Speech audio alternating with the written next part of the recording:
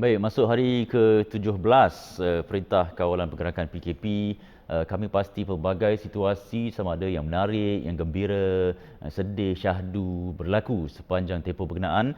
Jadi dalam segmen viral malam ini kita bersama penerbit berita Al-Hijrah Nazira Syaringat yang work from home ataupun bekerja di rumah. Mungkin ada cerita menarik yang mungkin mengusik jiwa untuk perkongsian bersama penonton. Assalamualaikum Nat. Waalaikumsalam Ardi. Nat, silakan, over to you.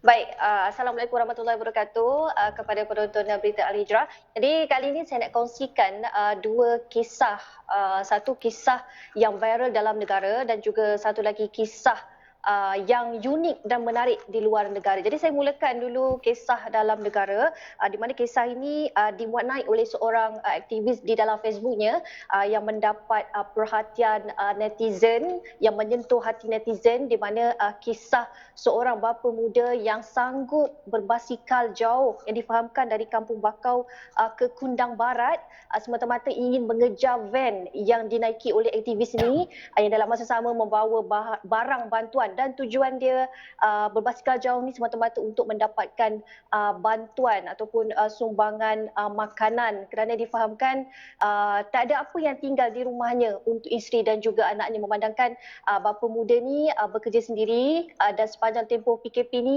tiada pendapatan dan juga tiada pekerjaan yang boleh dilakukan, dan dalam masa yang sama bapa ini terpaksa menebalkan muka untuk meminta bantuan kepada aktivis dia. Tapi malangnya pada hari tersebut bantuan yang dibawa oleh aktivis berkenaan cukup-cukup untuk mereka yang telah dijanjikan untuk diberi bantuan. Tapi alhamdulillah rezeki tak pernah salah alamat.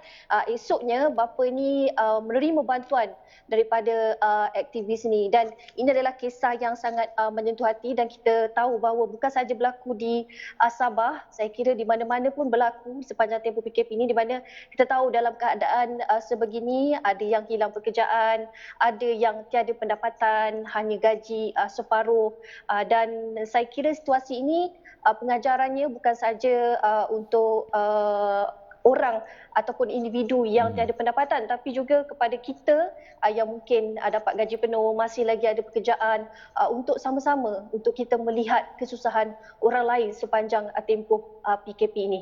Baik, itu kisah viral dalam negara yang menyentuh hati netizen dan juga hati saya sendiri, dan juga kisah unik di luar negara, iaitu di China. Masih lagi kisah mengenai seorang bapa, tapi kali ini lebih menarik, unik dan menarik, di mana seorang bapa sanggup mengubah suai carrier yang bawa kucing untuk menjadi pot keselamatan untuk bayinya, dan tujuannya adalah untuk lindungi anak dia daripada terkena jangkitan COVID-19, sebab kita tahu bayi anak ni masih berusia 2 bulan, tak sesuai lagi untuk pakai mask. Jadi dia memikirkan cara macam mana nak lindungi anak dia daripada terkena jangkitan COVID-19 bila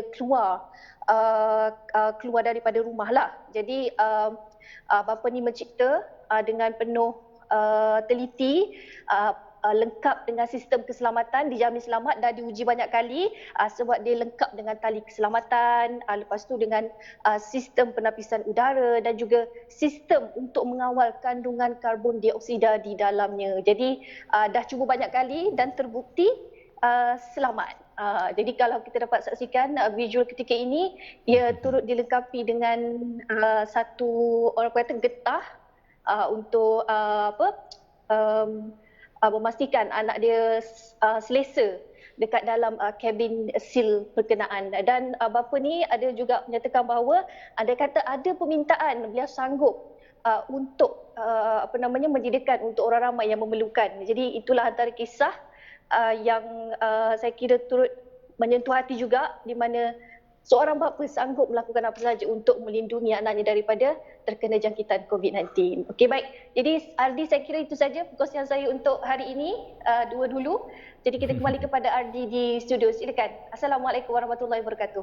Waalaikumsalam. Terima kasih Nazira atas perkongsian. Itu dia Nazira Syaringat, penerbit berita Al-Hijrah yang work from home. Itu hasil tugasan di rumah.